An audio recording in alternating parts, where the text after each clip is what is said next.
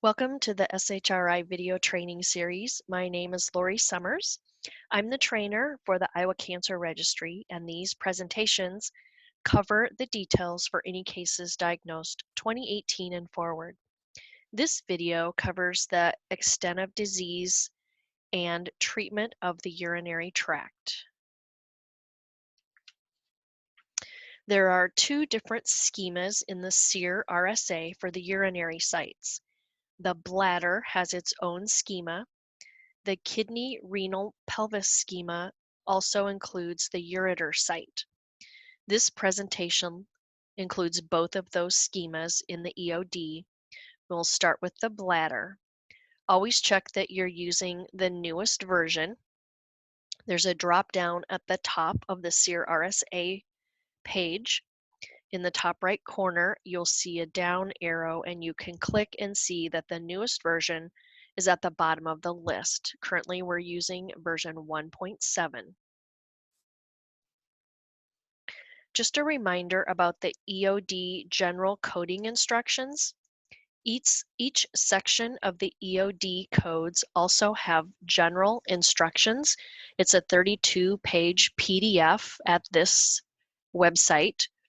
There are timing rules there, what to include regarding clinical or path findings.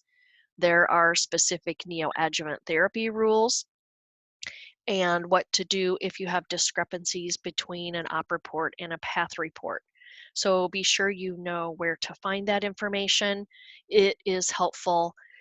As with any other site, the general rules cover every site, and then there are site-specific rules that will override the general instructions. There's a total of 8 notes for the bladder EOD primary tumor. Note 1 talks about the two main types of cancer, the flat and the sessile. Both can be non-invasive or in situ when it has not penetrated the basement membrane. Note 2, the non-invasive papillary transitional carcinoma. The pathologist may be using the term papillary TCC. Frequently, the path report does not contain a definitive statement of non-invasion. And in the manual, there is a list of terms of non-invasion that can be inferred from a microscopic description. A definitive statement of non-invasion for papillary transitional cell carcinoma includes these terms. So this would be definitely papillary non-invasive. Be sure to text and document exactly what you have in the path report. This list is the inferred description of non-invasive for papillary transitional cell carcinoma. So if you're finding these terms in your path report, you can infer or assume that the physician is talking about non-invasion. Note 3, the non-invasive in situ or flat transitional cell carcinoma, if it is confined to the mucosa, historically these were considered localized. However, pathologists use this designation for non-invasive as well. Pathologists may vary their use of terms like invasion of mucosa grade 1 and invasion of mucosa grade 2 to distinguish whether it's non-invasive or invasive, in order to accurately code tumors described as confined to mucosa. Abstractors should determine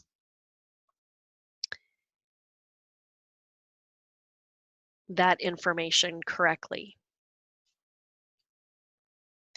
Note 6, those are the main notes. Notes 4 and 5 relate to certain codes. Note 6 is associated with in situ components of tumor extending into the prostatic ducts or the prostatic glands or the ureter without invasion. It is disregarded in staging classification.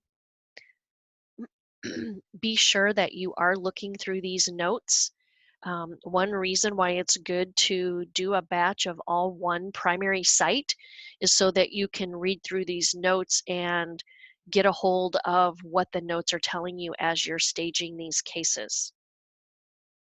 And then not bouncing back and forth between the manuals and the primary sites. Just to look at the bladder wall layers in relation to coding the tumor, this simple diagram shows the tissue layers of the bladder wall. The bladder wall's muscle layer consists of 3 layers of smooth muscle, which provide the ability to expand and contract. So you can see those here at the bottom of the slide. The superficial muscle invasion is defined as less than halfway through the muscle coat. So halfway through these 3 layers, whereas deep muscle invasion is considered more than halfway through the muscle. So remember, the lumen of the bladder is up here at the top. This is where the urine would sit, and the tumors start here in the epithelium and grow outward towards the serosa. Another description comes from the TNM manual, relating the layers of the bladder wall to the T categories.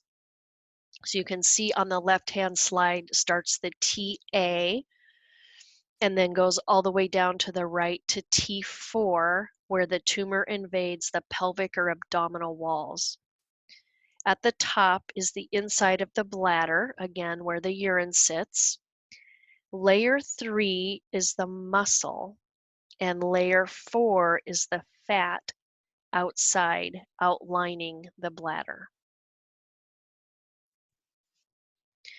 This picture is a cross-section of the bladder, and you can see the lumen where the urine is held, and the transitional epithelium or the urothelium is the first tissue layer. And so the tumor will start in this first tissue layer and directly grow outward.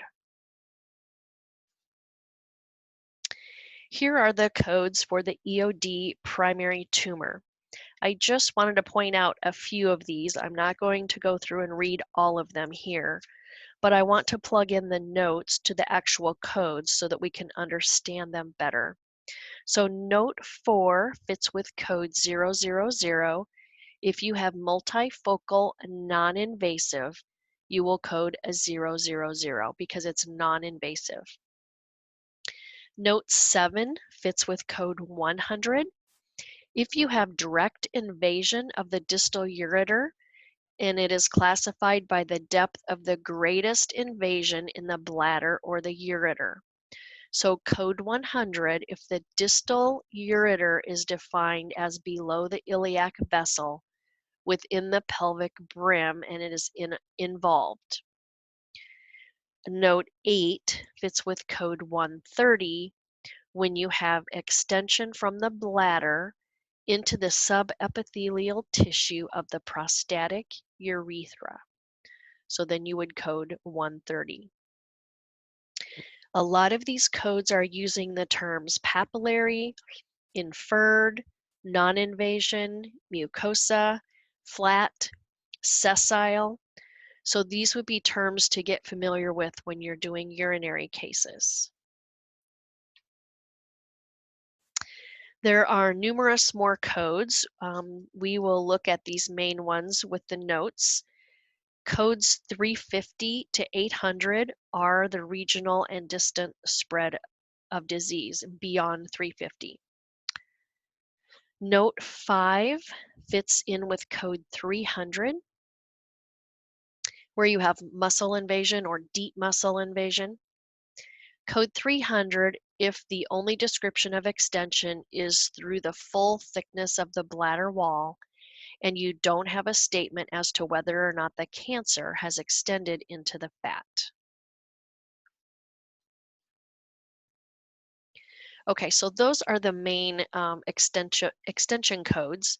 Now let's look at the EOD regional lymph nodes for bladder.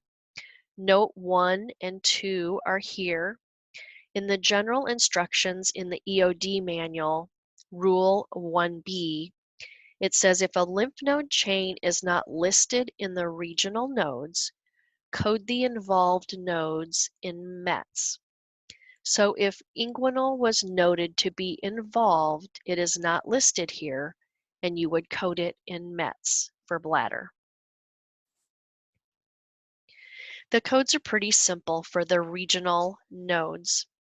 Looking for single or multiple, and then a specific code for the common iliac in 700.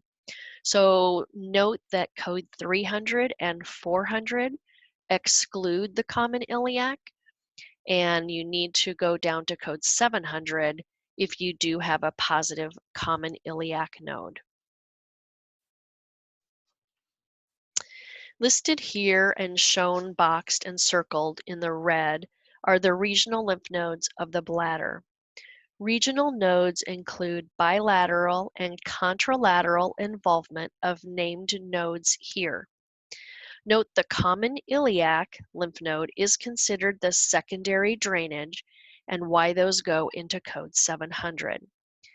These are the named nodes in note 2. The inguinal nodes would be distant. Common iliac nodes, so in EOD, it's a 700. In the sum stage 18, it is considered distant. The METS codes are pretty simple. Either you don't have METS, or you have a distant lymph node, or you basically have carcinomatosis. You don't have a lot of choices there. There are no SSDI for bladder. However, the grade fields have some specific codes. Bladder and renal pelvis uses the grade table 19. This is different than the grade options for kidney renal parenchyma, which uses a different grade table. Remember when we talked about the different cells lining the different sites? All this to say is if you don't select the correct grade table, you're not going to get the correct codes that you need. So for bladder, the priority codes, we've kind of gone through these in another presentation.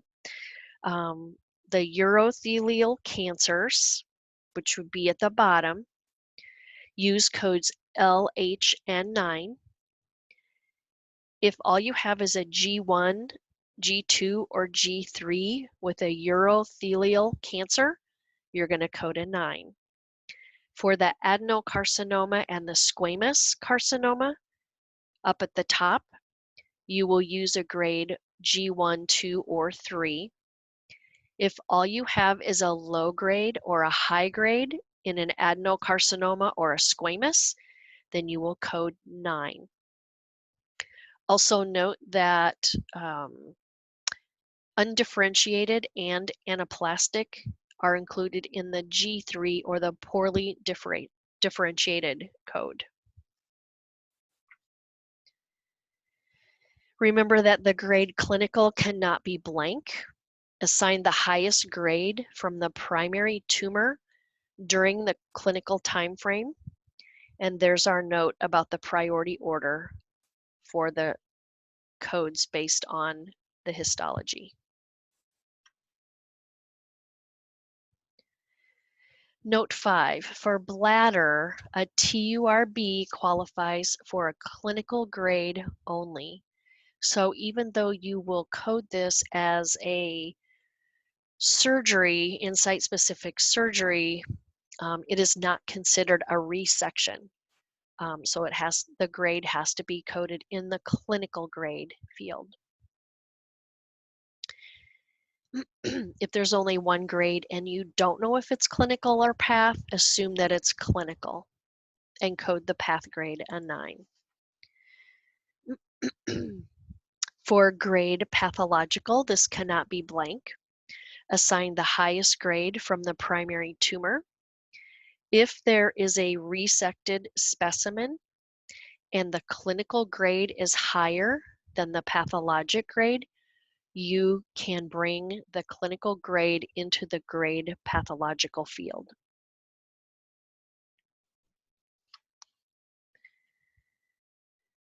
Again, TURB does not qualify for a surgical resection. A cystectomy or a partial cystectomy must be performed to code the grade pathological. And then the same rules, the same applies with coding grade 9 as it does for clinical. If the grade is not from the primary site, if a workup was not done, if surgery was not done, or if it's not listed on the path report.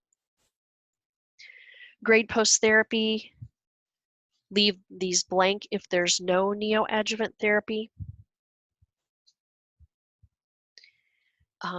If it's a clinical or path case only, or if there's only one grade available and it cannot be determined if it's clinical or path, the grade post-therapy is blank. Okay, let's move on to the renal, pelvis, and ureter staging. These are combined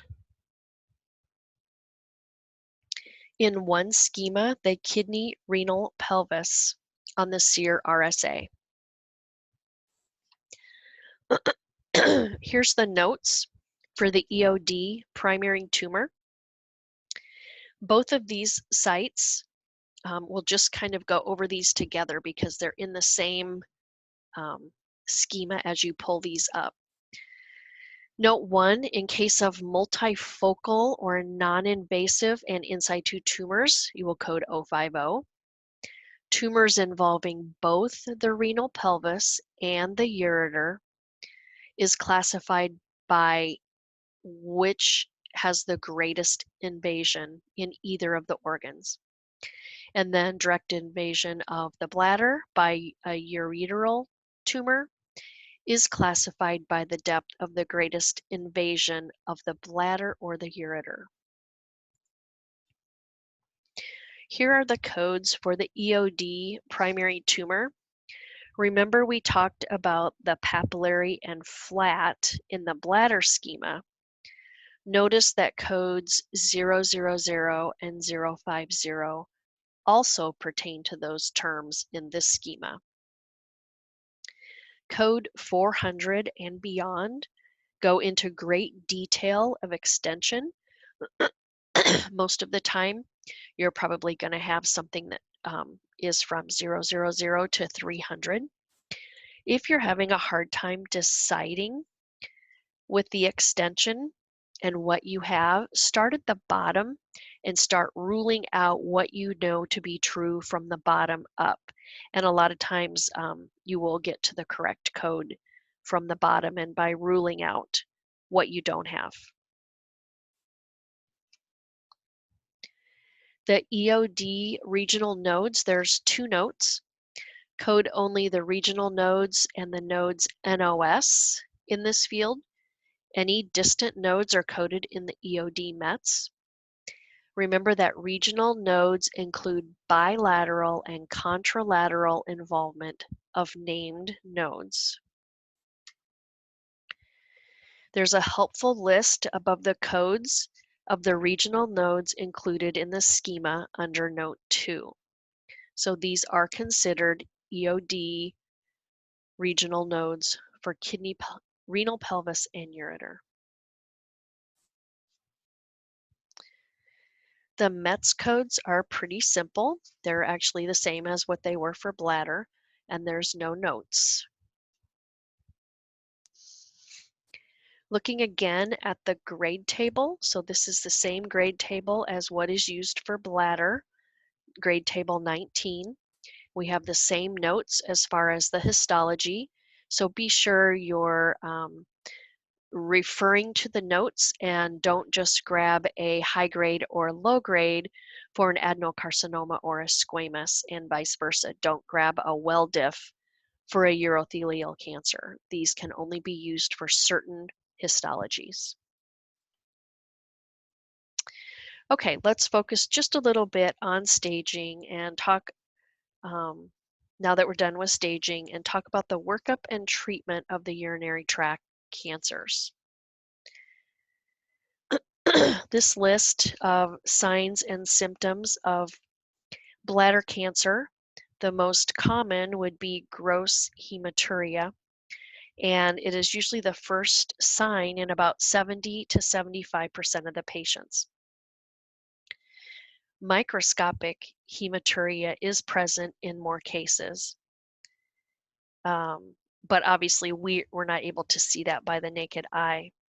Some of the less common presentations are incontinence, pain or in the flank area, and that could be if there's locally advanced disease.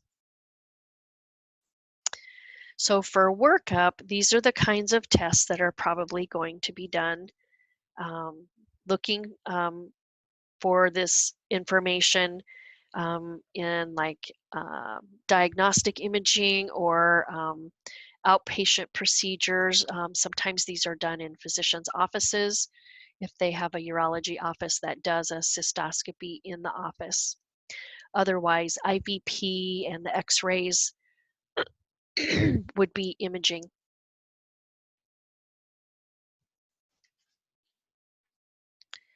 Often it's confusing to know how to handle the urine cytology results. Is it reportable, and do we abstract these cases? Urine cytology positive for malignancy is reportable for diagnosis 2013 and forward. There's an exception. When a subsequent biopsy of a urinary site is negative, then do not report the positive urine cytology. Code the primary site to C689 in the absence of any other information, and do not implement new or additional case finding methods to capture these cases. If you happen to find it and it is positive, it is reportable. But you do not need to go looking for these cases. Do not report a cytology with an ambiguous terminology. So if it is a urine cytology consistent with malignancy, that would be an example of an ambiguous terminology that we would not report a cytology. Or suspicious for malignancy, that would not be reportable. Okay, so the degree of spread, the histologic type of the tumor, and the site of the primary are major considerations for determining therapy. The surgical extent at first treatment is conservative for the early stage cases in order to preserve a useful bladder with a more or less normal capacity. Non-invasive disease, patients typically get the TURB, the transurethral resection of the bladder tumor. Other treatments might include laser therapy, radiation therapy, or open fulguration to get a large tumor. Intravesical chemotherapy, like mitomycin C or BCG, which is a type of immunotherapy, can be instilled into the bladder. So make sure when you're doing the looking at the op report for the TURB that you glance through and see if they instilled any drugs at the end of that procedure. A lot of times while they have the catheter in, they will instill some medication through that. Patients with invasive bladder cancer and no mets, the treatment might be pre-op chemo or radiation to the bladder or pelvis, followed by a pelvic lymphadenectomy or a radical cystectomy. When only a small portion of the bladder is infected, sometimes they can do a partial or a segmental bladder resection. If there's advanced disease, a combination of any or all of these could be done.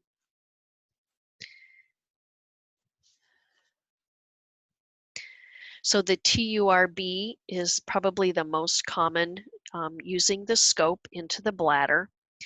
And then the tool is like a little wire loop on the end, and they go around and try to carve out the tumors. And a lot of times they will also have a fulguration tip, kind of like a little welding tip at the end, and they will go in and burn the tumor away, or burn the base of that tumor. The segmental or the partial cystectomy is where they try to remove part of the bladder. This could be done for low-grade tumors that may have invaded the wall of the bladder, but it's limited to one area of the bladder. The partial oftentimes removes just the portion of the bladder that is invasive, but this procedure reduces the size of the bladder, but at least it's left intact.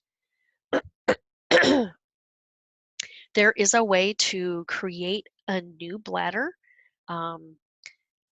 There is, it's called a neobladder, or a radical cystectomy, obviously, is where they completely take out the entire bladder.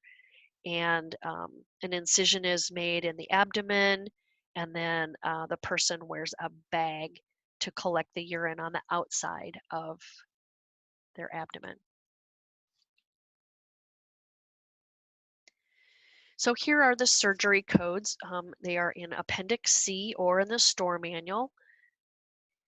And again, the software will pull up the correct schemas for you, but this is where the codes are located. And you can see that each type of surgery, so the kidney has its own surgery codes, renal, pelvis, and ureter has its own set of codes, the bladder has its own set of codes, as does the urethra or a urinary other site. So be sure that you're looking at those. So for the bladder, typically 27 is used. That is the TURB. And again, you can only take the path grade from a TURB can only be put in the clinical grade. If you have a TURB with fulguration, that code is actually less. It's a 22. And be sure you're looking for that term and also texting that information. The partial cystectomy is a code 30. And then as you get up higher, you can see like the radical cystectomy for a male is a code 60 to 64. But if they also remove the bladder and the prostate, that code is a 71. And then there's a separate code for a female radical cystectomy, and that would be a 70 to a 73. So here's just a picture of that scope that goes in and that little loop at the end that they try to carve that tumor out or resect that out. If they fulgurated that, they would tell you that in the op report, that the base was fulgurated. And so you want to be sure and look for that information and text it. The total cystectomy on the left, you can see they've completely taken the bladder out, and this little stoma then comes out through the skin, and then on the outside of the abdomen there would be a bag that would collect the urine. A partial cystectomy, you can see that there's just one area of tumor that they tried to resect out, and then this would be sewn back up together. This is the robotic procedure for a neobladder. Because this is copyrighted, I cannot show the video here, but this link will get you there, and it is worth taking a look at it. They take some colon tissue and they recreate a new bladder out of colon tissue. It's pretty amazing. You should go look at it. So the renal, pelvis, and ureter surgery codes are included with the kidney parenchyma surgery codes. These are all in the same surgery schema, and these have not changed. Um, so excisional biopsy, 27. Subtotal nephrectomy or a partial would be a 30. A nephroureterectomy would be a code 40.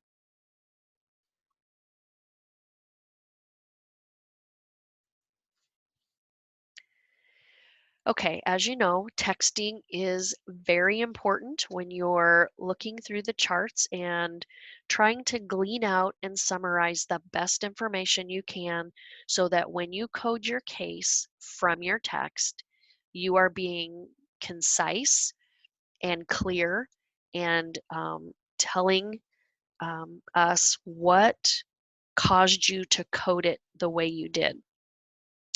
This slide goes through each of the sections and the things that you are looking for a bladder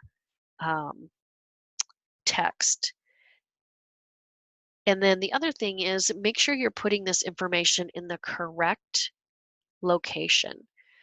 So a lot of times what we see in the H&P is a whole summary of CAT scan was negative, there's no SSDI, so there won't be any lab work for a bladder, but a lot of different things in the H&P, and that is not where that information goes. So if you have something that's prior to admission and you know that it was positive or negative, go ahead and put it in the correct location of imaging or labs or staging. That does not need to be up in the H&P. Basically what we want in the H&P is when they came in, the first date they came in to your hospital with cancer or workup and diagnosis was made, any kind of physical exam that they might have done, any masses or nodes or lymph nodes. For this one, if the bladder is fixed on physical exam, that would be something that you could text in the H&P. Again, the labs, there's nothing specific for bladder, so you don't need to just put in general CBCs and chemistries. There's nothing specific that we need that pertains to bladder cancer. You do not even need to text urine cytology unless it is positive. As far as imaging, note the tumor location. A lot of times you'll be able to see that on an ultrasound, or maybe they had a scope in the doctor's office prior to admission.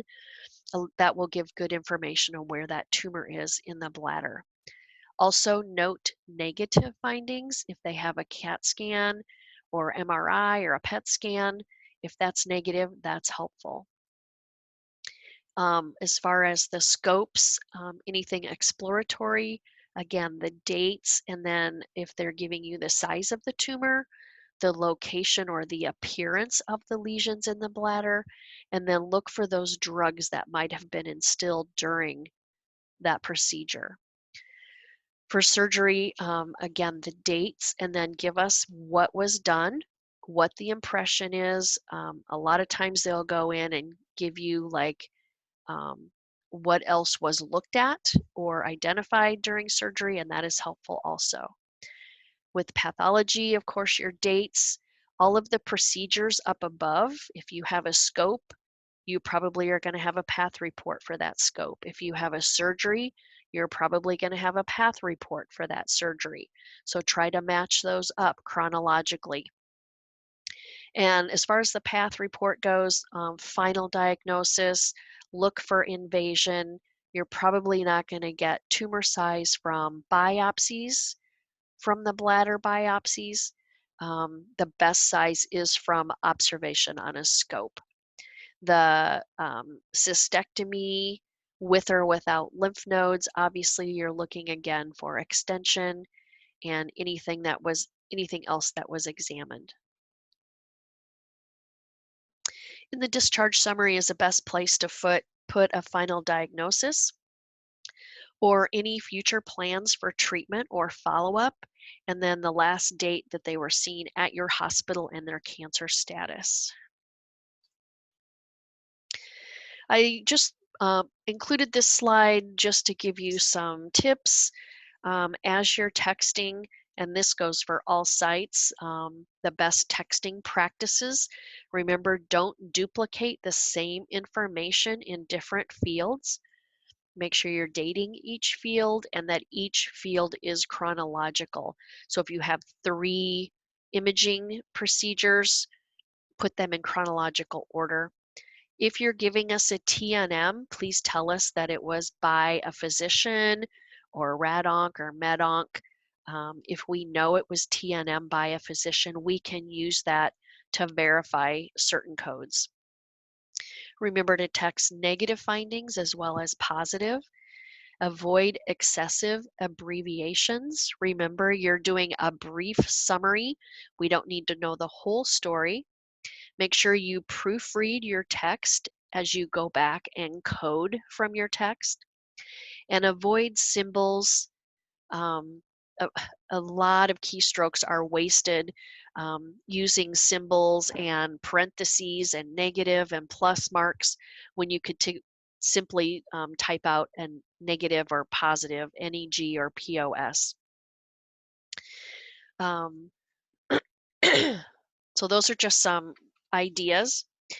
The homework for this section, again, I've just included that here for any of these SEER Educate cases that are helpful for you to work through.